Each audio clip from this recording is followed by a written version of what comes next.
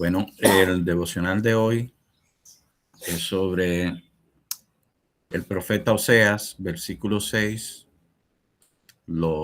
capítulo 6, los versículos 4 y 5, que dice así: ¿Qué haré a ti, Efraín? ¿Qué haré a ti, oh Judá? La piedad vuestra es como nube de la mañana y como el rocío de la madrugada que se desvanece. Por esta causa los corté por medio de los profetas, con las palabras de mi boca los maté, y tus juicios serán como luz que sale. Hemos titulado este devocional: Las apariencias engañan a los hombres, pero no engañan a Dios. Oseas 6, versículos 4 y 5, el texto que acabamos de leer, es muy importante para entender la diferencia entre una religión externa y una verdadera conversión, y encaja especialmente bien con la doctrina de la depravación humana, la necesidad de la gracia eficaz y la diferencia entre arrepentimiento verdadero y arrepentimiento superficial.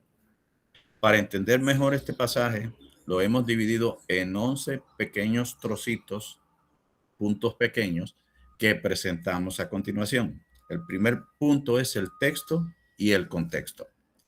El contexto inmediato es fundamental. En los versículos anteriores, Israel dice: venid y volvamos a Jehová, porque él arrebató y nos curará, hirió y nos vendará. Eso es el versículo 1 del capítulo 6 de Oseas. A primera vista parece un arrepentimiento maravilloso, pero Dios inmediatamente revela que la respuesta de Israel no procede de un corazón verdaderamente transformado. Por eso comienza diciendo el versículo 4: ¿qué haré a ti, Efraín? ¿Qué haré a ti, oh Judá?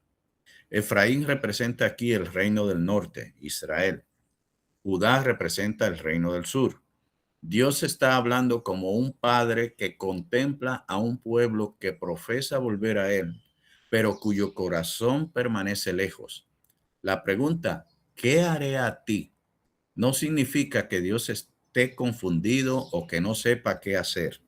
Es una forma profética de expresar la profunda frustración y gravedad de la situación espiritual de Israel.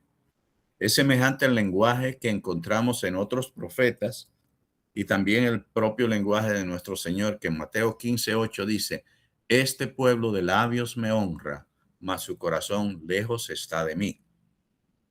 Aquí aparece una verdad fundamental que justamente escuchamos decir el domingo a nuestro pastor. La profesión externa de fe no necesariamente equivale a regeneración.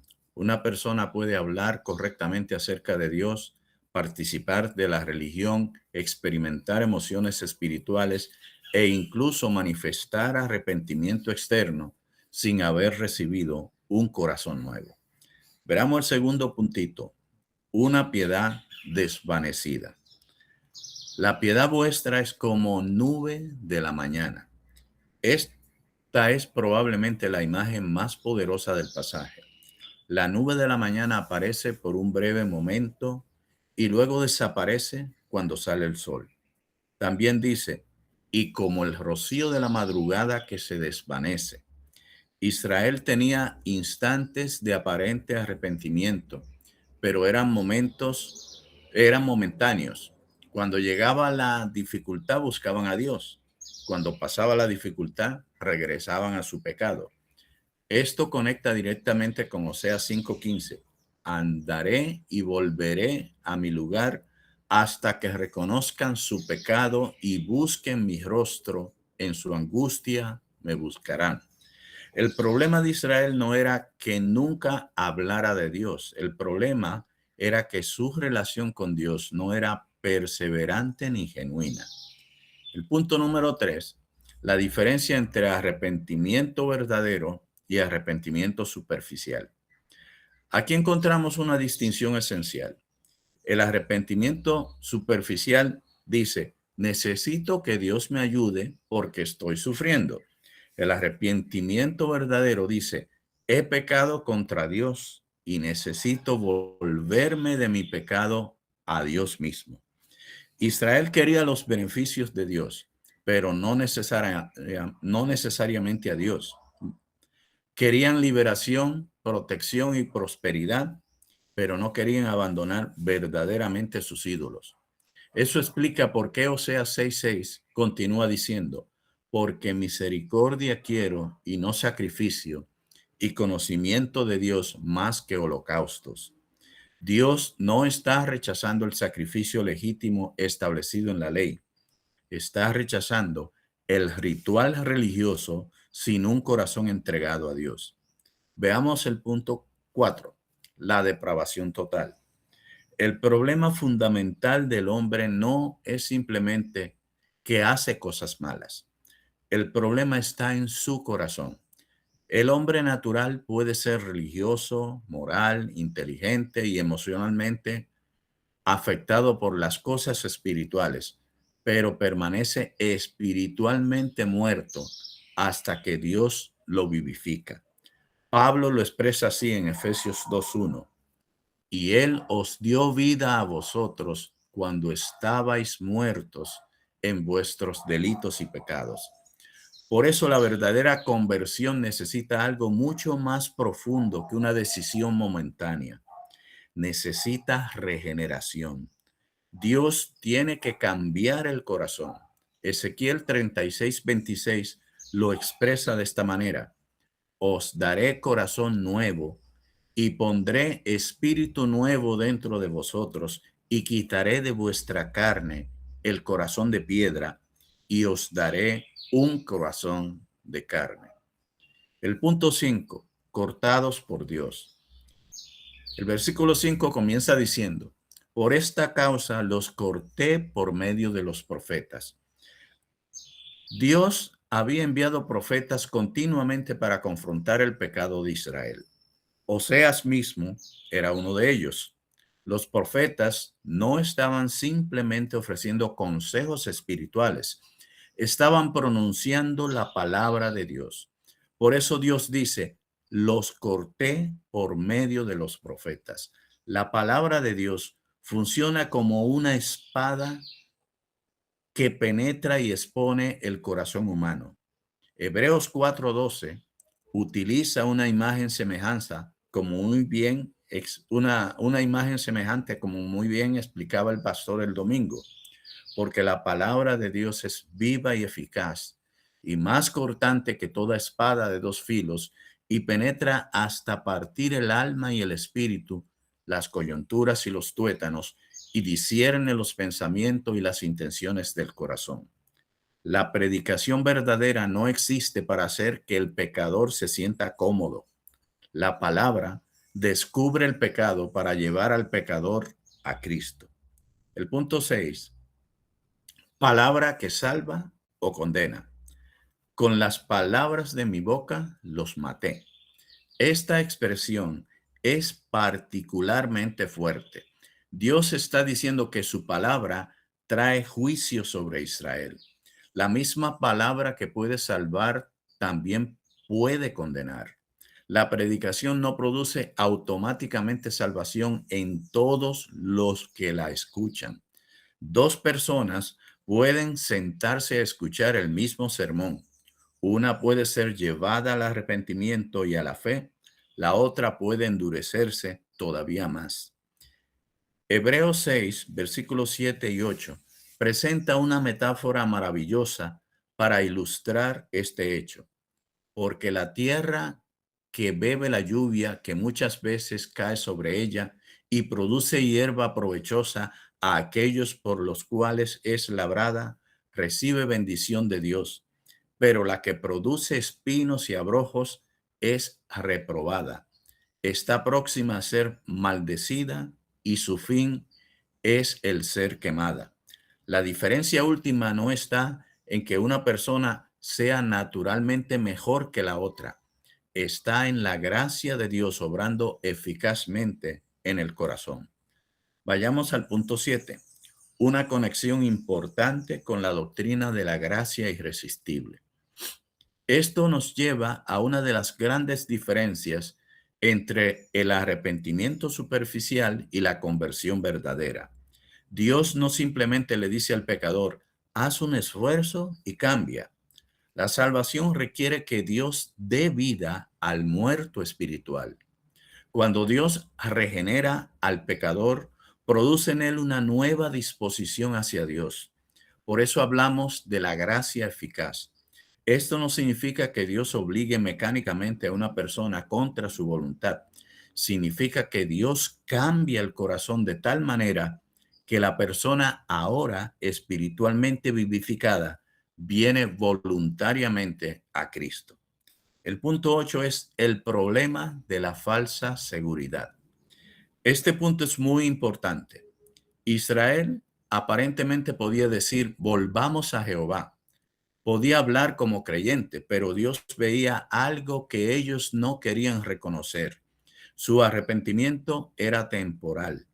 Esto debe hacernos examinar nuestra propia profesión cristiana. La pregunta bíblica no es solamente, ¿alguna vez levantaste la mano, hiciste una oración o tomaste una decisión? La pregunta más profunda es, ¿existe evidencia de una obra continua de gracia en tu vida? Porque la regeneración produce frutos, no perfección. No significa ausencia de pecado, pero sí una nueva dirección. Punto 9. La perseverancia de los santos. El verdadero creyente persevera porque Dios lo preserva. No somos salvos porque preservamos perfectamente. Preservamos, perseveramos porque Dios nos preserva. Jesús dijo en Juan 10, versículos 27 y 28, mis ovejas oyen mi voz y yo las conozco y me siguen. Y yo les doy vida eterna y no perecerán jamás, ni nadie las arrebatará de mi mano. La verdadera fe puede atravesar periodos de debilidad, caída y disciplina, pero no desaparece como la nube de la mañana que mencionaba el mismo Dios en Oseas 6:4. Dios continúa obrando en el creyente, utilizando sus medios de gracias para que persevere hasta el fin. El punto 10, Oseas 6, versículos 4 y 5, no enseña que Dios rechace el arrepentimiento. Hay que tener cuidado aquí. Dios ama el arrepentimiento verdadero. Lo que rechaza es el arrepentimiento falso. Israel decía, volvamos a Jehová, pero Dios responde, vuestra piedad se desvanece. El problema no era que hubieran regresado a Dios demasiado pronto. El problema era que no habían regresado realmente a Él. Vayamos al punto 11, la gran lección cristológica. Y aquí encontramos algo hermoso. Oseas 6 revela la incapacidad del hombre para producir por sí mismo una fidelidad permanente. Israel promete, volvamos a Jehová, pero inmediatamente fracasa. Esto nos conduce hacia la necesidad de un mejor Israel. Jesucristo es el verdadero Israel obediente. Israel fue infiel, Cristo fue perfectamente fiel. Israel quebrantó el pacto, Cristo cumplió perfectamente el pacto. Israel ofrecía sacrificios repetidamente, Cristo ofreció un solo sacrificio perfecto por los pecados de su pueblo. Por eso, la esperanza del pecador no está en conseguir producir una fidelidad perfecta delante de Dios. Está en Cristo y su justicia imputada al creyente. En conclusión, Oseas 6, versículos 4 y 5 enseña al menos 5 verdades fundamentales. Primero, el hombre puede tener religión sin regeneración. Puede hablar de Dios buscarlo en momentos de crisis y realizar prácticas religiosas sin poseer verdadera fe salvadora. Segundo, el arrepentimiento verdadero es más profundo que una emoción temporal. La verdadera conversión produce una nueva orientación de vida, produce frutos verdaderos. Tercero, el problema fundamental está en el corazón. La situación no es simplemente mejorar la conducta, sino que Dios regenere al pecador. Cuarto, la palabra de Dios revela y juzga el corazón. Los profetas fueron instrumentos mediante los cuales Dios confrontó el pecado de Israel. Hoy día la misma palabra de Dios sigue confrontando nuestro pecado. Quinto, la verdadera salvación produce perseverancia. La fe auténtica no es como una nube que aparece y desaparece. El Dios que regenera también preserva a los suyos. Y hay una frase que resume muy bien Oseas 6:4. El arrepentimiento que nace solamente de la angustia desaparece cuando desaparece la angustia. El arrepentimiento producido por la gracia de Dios permanece porque Dios ha cambiado el corazón. Finalizo con una reflexión sobre algo que apareció en estos días en las redes sociales. En Cali, al recibir un cargamento de ayuda para los damnificados del terremoto del pasado lunes 10 de agosto, una mujer notó varias cajas rotuladas como alimento para el alma. Al abrir una de esas cajas, la mujer notó que las mismas estaban llenas de Biblias. Aquella mujer se sintió indignada por el hallazgo y dijo que el dinero que se gastó en comprar esas Biblias debió haberse destinado mejor para comprar alimentos u otras necesidades básicas de los caleños. Colombia acaba de sufrir un evento natural catastrófico que ha dejado huellas dolorosas a la nación. Quizás este evento difícil nos está llevando a reflexionar cómo está nuestra relación con Dios.